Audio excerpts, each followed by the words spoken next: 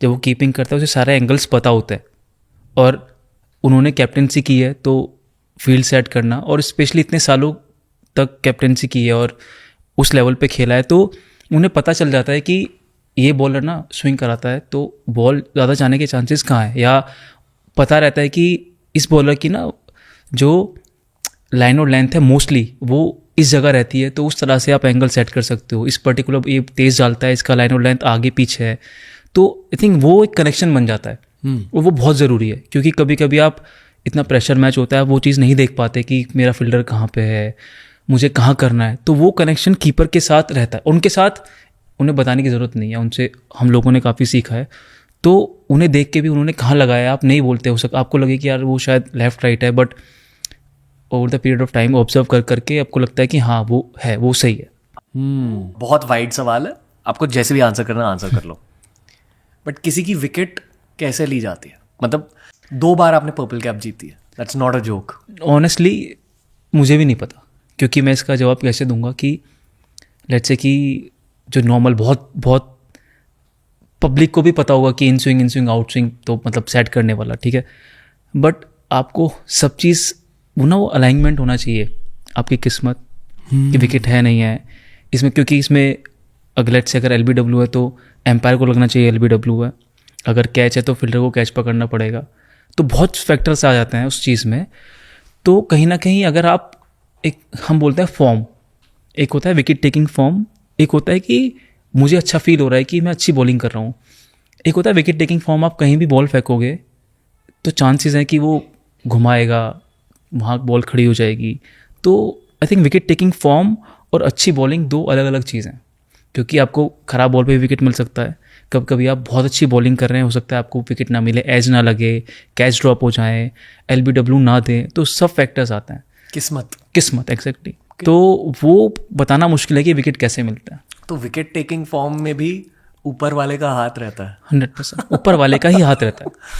okay. आपके दिल को कैसा लगता है इस पूरे करियर को देखकर, like what ever you achieved? और ये ना मैं आपके अंदर के 10 साल के लड़के को पूछ रहा हूँ, not Bhuvneshwar Kumar the bowler for India.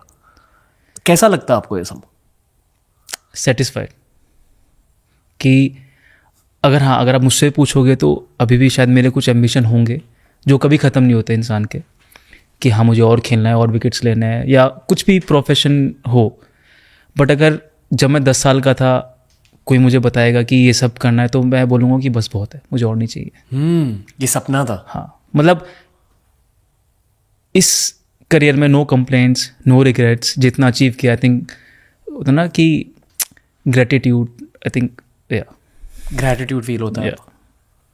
मैं मानता हूँ कि जिन क्रिकेटर्स ने आपके जितनी सफलता देखी है उस सफलता के पीछे हमेशा संघर्ष का रोल रहता है। उस संघर्ष की वजह से ही ये सारे क्रिकेटर्स इतने ज़्यादा सफल बने हैं। बिल्कुल। जितने भी आपके टीममेट्स रहे हैं, जब through out any phase of your career, even foreigners, क्या आपने यही कॉमन चीज़ नोटिस किया कि सारों के टीनेज में, कॉलेज लाइफ में थोड़ा सा संघर्ष था? बिल्कुल, आई थिंक वो सबके में था।